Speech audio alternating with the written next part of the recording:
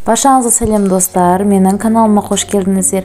Мен сіздерге бүгін ұйқы безін үй жағдайында қалай емдеуге болатынын айтатын боламын. Видеоны соңына дейін көріп, лайк басуды ұмытпаңыздар.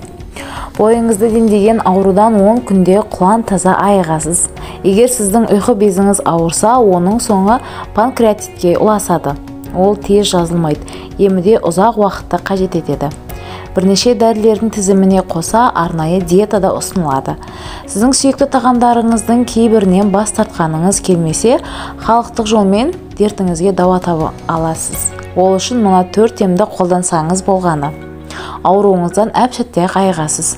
Ұйқы безі ауруының белгілері. Оң және сол жақ қабырғаның асты ауырады. Іш өтеді. Іш кеуіп желденеді.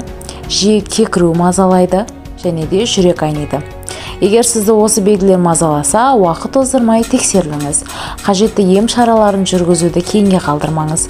Егер дәрігерге баруға уақыт таппасаңыз, онда біз ұсынған мына емді жасап көріңіз. Бірінші, аскөк дәні. Емдік тұнбаны дайындау үшін 1 шай қасық аскөк дәнін 200 мл қайнаған суға салыңыз. Ыдыстың қақпағын мықтап жауып, тұндырып қойыңыз. Шамамен 1 сағаттан соң дайын болған тұнбаны сүзіп алып, 1 жұтымнан күні бойы ішесіз. Екінші, солы ботқасы. Әжелеріміз ұйқы безін солының көмегімен емдегенін біріңіз біліп, біріңіз білмейтін боларсыз. Солының қайсы түрі болса да, ұйқы безіне шипа болатын қасиетке ие екендігі дәлелденген.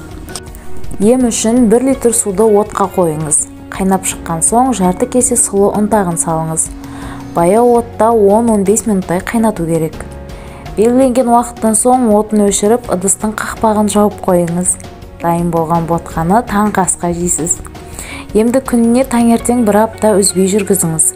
Ескеріңіз, ботқаға май да, тұз да, қант та қосуға болмайды. Үшінші, лимон мен сарымсақ. Бұл рецептте ұйқы безі ауруына ем болады. Оны дайындау үшін 2-3 дана лимон, 3 бас сарымсақ және 100 грамм ақ желкен қажет. Панкреатиттен біржола құтылғыңыз келсе, осы емдік қоспаны әзірлеңіз. Алдымен қажетті заттардың бәрін тазалап жуып, блендермен ұсақтайсыз. Біркелкі езілген қоспаны шыны ыдысқа салып, тоңазытқышқа қойыңыз. Дайын болған қоспаны тамақтанудан 15 минут бұрын қабылдайсыз. Емді 3 ай жалғастырыңыз. Сосын 2 ай үзіліс жасап, саулығыңызға қарай емді жалғастырасыз. Және де соңғысы қара құмық. Бойыңызды билеген аурудан 10 күнде құлан таза айығасыз. Ол үшін 10 күн бойы кефирге бұқтырылған қара құмық жеуге әдеттеніңіз.